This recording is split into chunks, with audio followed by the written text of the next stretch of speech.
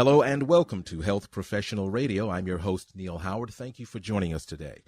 Our guest is actress Finola Hughes. She plays Anna Devane on ABC's General Hospital, and she's here with us today to talk about raising awareness for a rare, chronic, and under-recognized blood cancer. Welcome to the program, Finola Hughes. Thank you so much. Thank you. Thank you for joining us today. You know, I'm a big fan, and I won't be too starstruck here, but I will let you know that I do watch the program, and I've seen you progress through many things as Anna Devane. Now, you're going to be dealing with this rare disease. How did you prepare for this role? Is this something that you've been affected by personally? Do you know someone, or is this something that is brand new to you? Yes, this is brand new to me. I do not know anyone who has been affected by it before. However, I did get to meet a very inspiring woman who's a patient. She was diagnosed probably 10 years ago with Polycythemia Vera, which is the exact rare blood cancer that my character Anna Devane gets diagnosed with. And I got an opportunity to speak with her and find out about her symptoms and how she felt and how she was moving through this disease. And you know, I have to come at this as an actress. My part in the telling of this and in raising awareness of this rare blood cancer is to do it through a narrative. It's to deal with the whole person. It's to deal with the character. It's to deal with how this person would feel in having a diagnosis such as this, how scared she might feel, how she would ask questions, what her symptoms would be. And so that's sort of where I came from in dealing with this. And I had a wonderful time with this patient, and I spoke to her about how she felt, what her symptoms were like, the dizziness, the headaches, and how long it took her to be diagnosed. And Anna, my character, does in fact take a while. She first of all believes that she has just migraines, and then her dizziness and her headaches become more severe until she does get diagnosed with a blood clot. And that's when the doctors on the show, the fictional doctors, decide that they will have to do a blood test because a red flag goes up and they want to find out what is going on with her. And from there, they begin to realize that perhaps this might be myeloproliferative neoplasm that they're dealing with, or an MPN, and so they do a bone marrow biopsy, and through the bone marrow biopsy they're able to give her a diagnosis, which is what occurred yesterday on the show. Now, your character is visited by your daughter. Did the patient that you were closely studying to prepare and portray this role, was she a family person? Did she have family around her? What about her support group? And is your character going to take advantage of a support group? Yes, I did learn how incredibly important it is to have support. Her husband was the most extraordinary gentleman and had been with her by her side from her diagnosis onwards, and she did cite him as being really her caregiver and somebody who always bolsters her esteem and helps make her feel good about herself. And, you know, she's weathering living with a chronic disease, and that is something that needs to be navigated, and she really has to look after herself, and she has to take care of how well she eats. And he is a wonderful chef, and I got to meet both of them, and her friends sort of rallied around her, and I did see how very important it is to have a support group.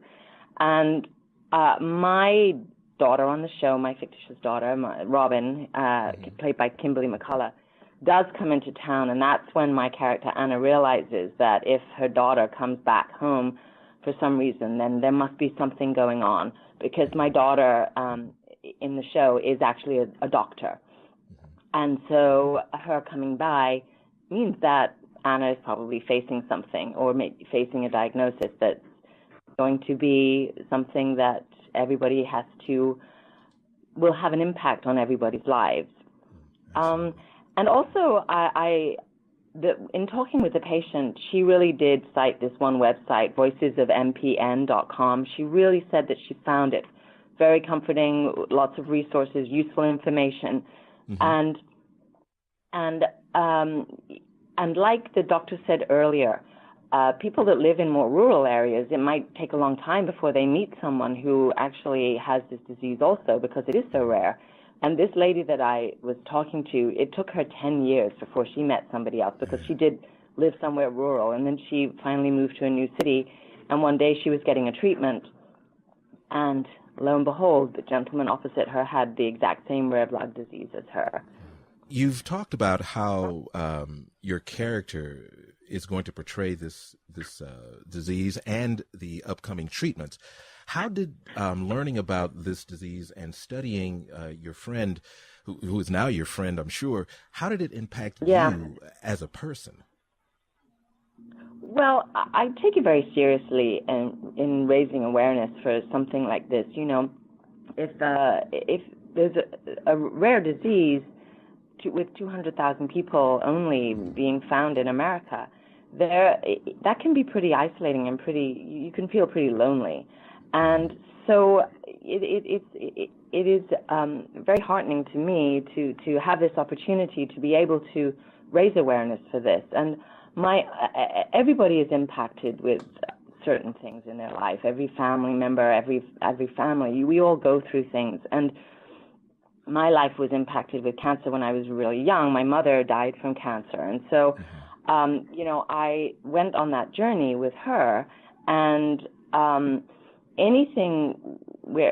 something as simple as my job is, I'm an actress. I'm not a doctor. I can't actually help people with these chronic diseases, but I take my job seriously, and as much as perhaps I can bring some information, or I can bring some joy to somebody, or I can take their minds off something for 40 minutes out of the day, that's really all I can do as an actor. But I take that very seriously in portraying someone who has been in people's homes for 30 years, and now I'm having to portray someone who's facing a chronic disease, and what my new normal will be like as that character.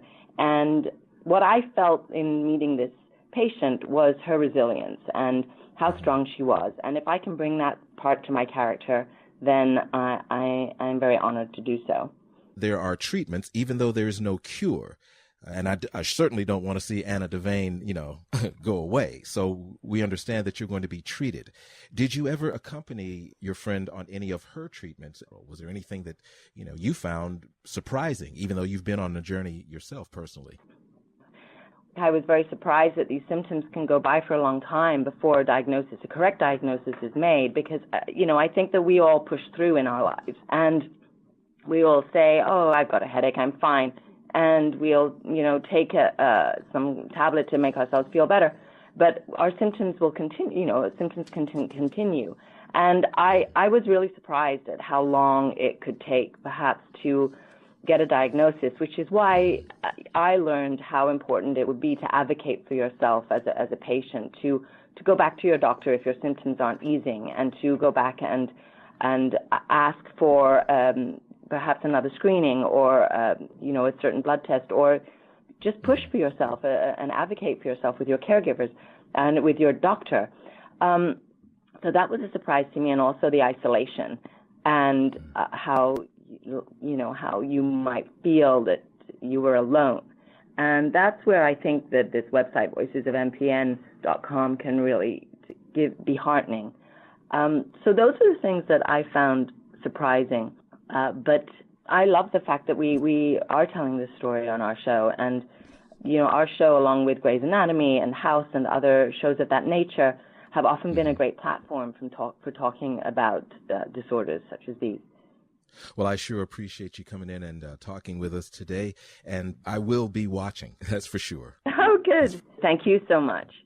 You've been listening to Health Professional Radio. I'm your host, Neal Howard, in studio with actress Finola Hughes, who plays Anna Devane on the leading daytime soap General Hospital, and she's helping to shine a light on this very rare and often under-recognized blood disease known as Polycythemia Vera, or PV for short.